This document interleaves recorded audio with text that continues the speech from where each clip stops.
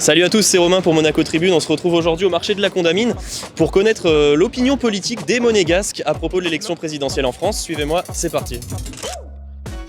Bonjour, merci de nous répondre. Qu'est-ce que vous pensez des élections présidentielles en France ?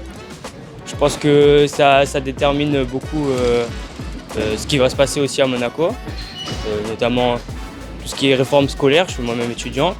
J'ai pas vraiment d'avis sur le sujet, mais c'est important de suivre la situation. Bonjour madame. Bonjour monsieur. Qu'est-ce que vous inspire un petit peu la campagne présidentielle 2022 ? C'est difficile cette année. D'abord, il n'y a pas eu vraiment de bagarre, parce que tout le monde était très occupé d'abord avec la pandémie, surtout le président de la République, ensuite la guerre, etc. Il n'y a pas eu de débat général. Donc c'est difficile et je pense que le résultat final est déjà acquis. Et je crois que c'est pour ça que le président Macron ne s'est pas investi, parce qu'il sait qu'il va être réélu, parce que je ne vois pas qui pourrait prendre sa place dans les conditions actuelles. Bonjour monsieur. Bonjour. Qu'est-ce que vous pensez un petit peu de cette élection présidentielle en France ? Emmanuel Macron, je pense que les gens, d'après ce que je regarde, ils en auront marre. Donc ils veulent du changement. Mais pour avoir du changement, il faut y avoir quand même des bons candidats, ce qui n'est pas trop le cas par rapport à ce que je vois. Moi, c'est Mélenchon que je trouve un peu cohérent dans tout ce qu'il dit, et qui est plus ou moins avec le peuple et avec ce que les gens attendent. Mais malheureusement, je n'ai pas l'impression qu'il va arriver parmi les premiers. D'abord, je pense qu'il y a trop de candidats en face d'Emmanuel Macron pour pouvoir faire la différence. Éric Zemmour, au départ, se posait comme intervenant majeur. Maintenant, c'est fini, il a moins de 10%.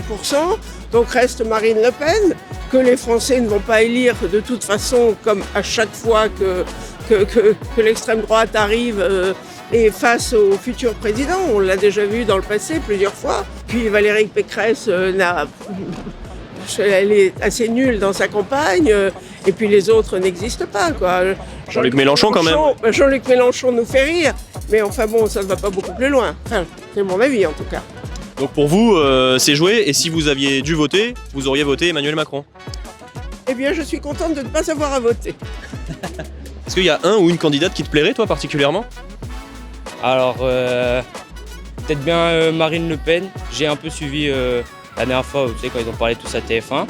Et j'ai trouvé son discours plutôt intéressant. Et elle a pris de la maturité par rapport aux anciennes élections. Qu'est-ce qui t'a convaincu particulièrement justement avec Marine Le Pen, plus qu'avec par exemple Éric Zemmour ou Valérie Pécresse ou Jean-Luc Mélenchon ? Elle est moins fataliste sur certains sujets et elle a pris du recul sur la situation et sur les mesures qu'elle veut prendre. Le fait que ce soit une femme aussi, c'est quelque chose de positif, tu penses ?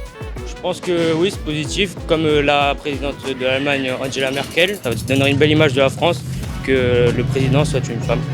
C'est la fin de ce micro-trottoir, merci à toutes et à tous de nous avoir suivis. Comme on a pu le voir, les Monégasques s'intéressent de près ou de loin à la politique française. En attendant, nous on se retrouve très rapidement sur Monaco Tribune.